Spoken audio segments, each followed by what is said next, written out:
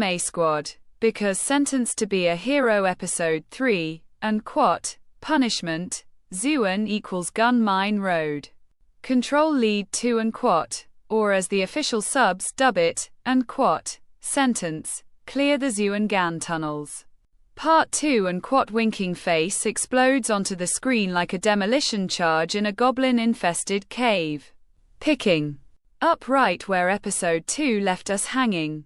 Our ragtag penal hero Unit 9004 knee-deep in the corrupted bowels of the Zewan Gan mining tunnels. This installment cranks the dial to 11 on desperation, betrayal, and straight-up survival horror fantasy. We dive head-first into the action. With Xylo, our brooding ex-Holy Knight commander who's got more brains than brawn but uses both. Like a pro chess player wielding a chainsword, he's leading the charge to rescue a group of trapped miners who've been abandoned to the demonic Blight's mercy, or lack thereof. This ain't no heroic stroll. The tunnels are a nightmare labyrinth crawling with twisted Faeries. Yep, those once human miners mutated into ethereal killing machines, courtesy of the Blight's corrupting mojo. The air's thick with toxic fog, rocks crumbling underfoot, and every shadow hiding a potential ambush. Big moment alert. Xylo's tactical genius shines when he orchestrates a seal and strike combo. Norgali, the haughty sacred seals expert with her royal delusions, think a princess trapped in a convict's body, complete with snarky one-liners, unleashes her barrier magic to contain the Blight's spread, while Tatsuya, the resurrected berserker who's basically a human wrecking ball with zero chill, bulldozes through fairy hordes in a frenzy of fists and fury.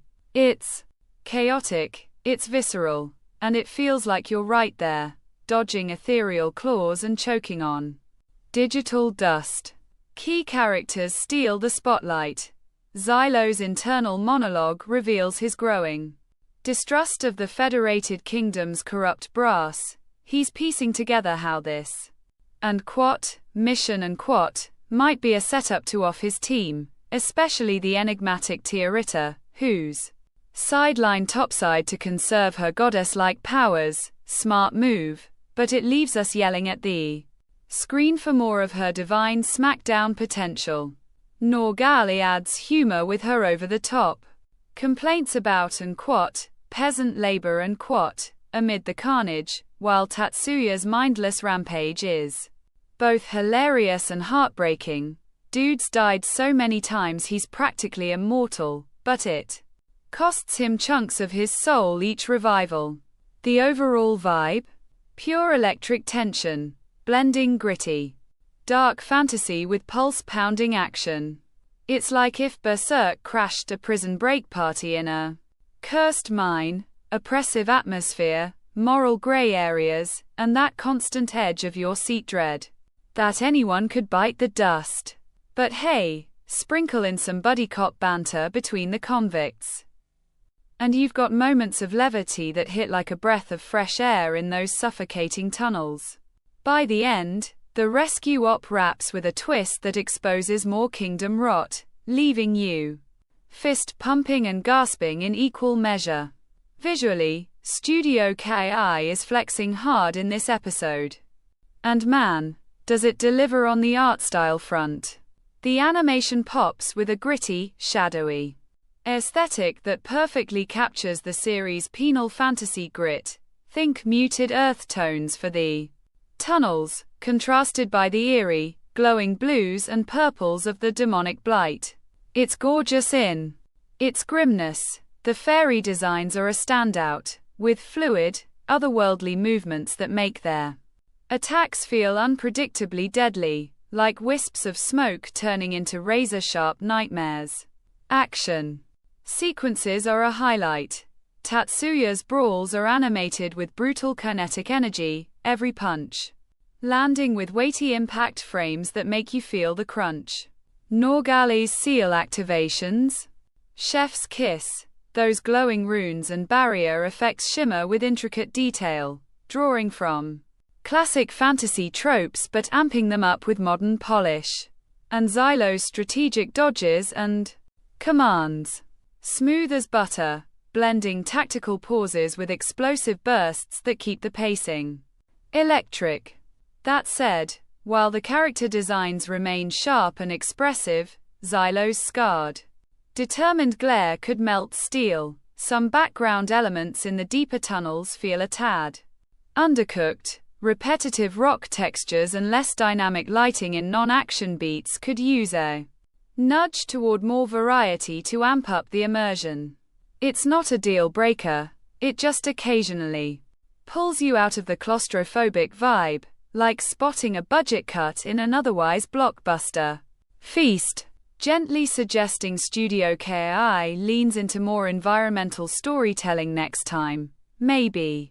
Some Blight corrupted veins pulsing on the walls for extra creep factor. Overall, though, the art style nails the balance between beauty and brutality, making this episode a visual treat that elevates the source material's dark themes without overcomplicating things. Whew! Episode 3 of Sentenced to be a Hero left me buzzing like I'd chugged a potion of pure adrenaline. It's got that raw, unfiltered energy that hooks you deep into this twisted world of disposable heroes and systemic sleaze. I'm obsessed with Xylo's character arc. The guy's a walking paradox, all cynical edges but with a heart that refuses to let his team become cannon fodder. It's refreshing in a genre full of op protagonists. Here, heroism hurts, and that authenticity has me rooting harder than ever. The humor shines through in the unit's dysfunctional family dynamic, like Norgali's royal tantrums clashing with Tatsuya's grunts, adding levity without undercutting the stakes. Honest critique? The episode's tight focus on the rescue means less world building than I'd crave. But it's kind in how it builds suspense without cheap jump scares. Overall feels, this series is shaping up to be a dark horse contender for winter 2026's best underdog tale, blending action, intrigue, and social commentary on corruption that hits uncomfortably close to home. I'm crossing my fingers for deeper dives into Tiarita's backstory and Xylo's revenge plot against the kingdom's schemers. Give me that slow burn payoff. If it keeps this momentum, we're in for a legendary ride.